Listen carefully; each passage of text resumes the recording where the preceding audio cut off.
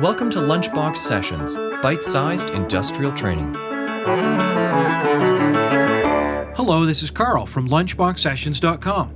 Today we're going to have a look at how to interpret a hydraulic schematic that has several different types of pressure valves in it. Pressure valves are usually drawn in the single square type of symbol and often show only one poppet and one spring, and sometimes that means it's simply a simplified symbol where inside there may in fact be two poppets and two springs, but the simplified symbols are more common. And in this particular circuit, we're covering three types of pressure valves. There's a system relief valve, usually right close to the outlet of the pump.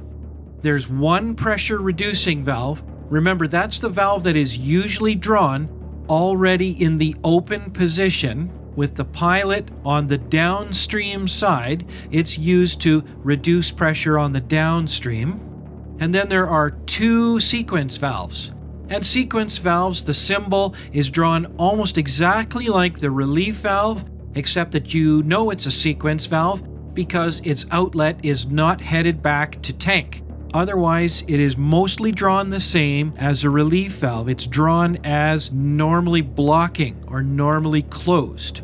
Many types of pressure valves will often have a third line that is the pilot spring drain, a very important function. Pressure reducing valves may have them, sequence valves as well, and so that's a third line. And of course, sequence valves, since they are a normally closed type of valve, primarily meant only to allow flow to pass through in one direction, normally require a bypass check valve as well for the opposite direction of flow. Let's get this circuit rolling and let's start to analyze the layout of the schematic and the function of the machine. So notice, of course, that we've got a fixed displacement pump, so the system relief valve is very important, but that the system relief valve is not currently in use. With the directional valves in the neutral position, we find out that the left circuit valve, the directional valve on the left side here, is a tandem center, or sometimes known as P to T connected, and is simply taking our pump's flow back to tank unloaded, keeping our pressure at a minimum level. Over on the right-hand side, the directional valve is a closed center valve with the P, T, and A and B work ports blocked when the valve is at neutral. Let's bring up our controls and let's take the circuit through its paces and watch what happens. Notice that while both directional valves have been activated for P to A flow, only the clamp cylinder is currently moving. And only when the clamp cylinder gets to the end of stroke does pressure build and allow the drill cylinder to extend. Now perhaps that's going to be a lot easier to understand if we bring up a feature that we call the mimic. So the mimic shows our two cylinders. There's our drill currently retracting, and here comes our clamp retracting back to the start position. So that gives us a bit of an understanding of what the machine is doing in the factory setting. And let's just say that these blocks are perhaps a rubber block that is being drilled after they're clamped into position. So let's watch the system operate once again as we ask both cylinders to extend, but only one cylinder does extend. Only the clamp cylinder is extending, and that is because there is a sequence valve on the drill circuit that is preventing the drill cylinder from extending until enough pressure builds on the clamp circuit, and that back pressure becomes present and pops open the sequence valve, allowing the drill to extend. So that's a simple way for us to get one thing to happen before another in a simple machinery circuit. And notice that while the drill is retracting, that the return flow bypass check valve is allowing bypass flow.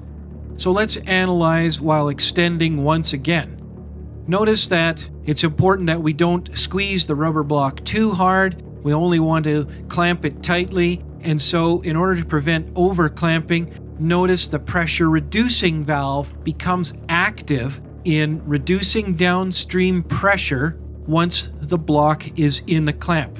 The pressure reducing valve is now active, keeping our clamp from squeezing too hard on the workpiece, but back pressure does build and allows the sequence valve on the right-hand half of the circuit to open, which allowed our drill to extend.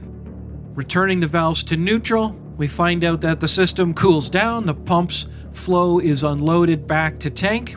But now let's operate both directional valves in the retract position.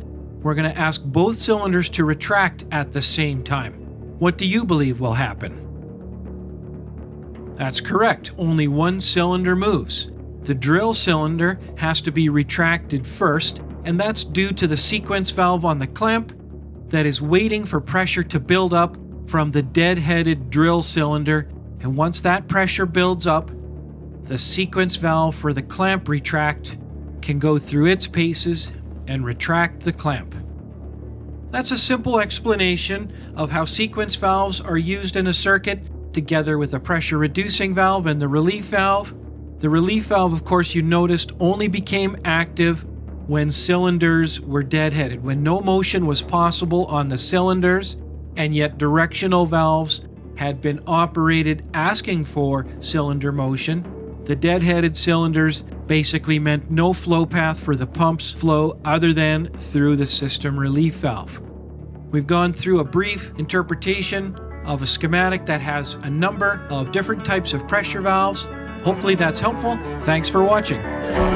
We have hundreds of interactive resources like this live schematic, so you can try out your wild ideas without blowing anything up. Get started at lunchboxsessions.com.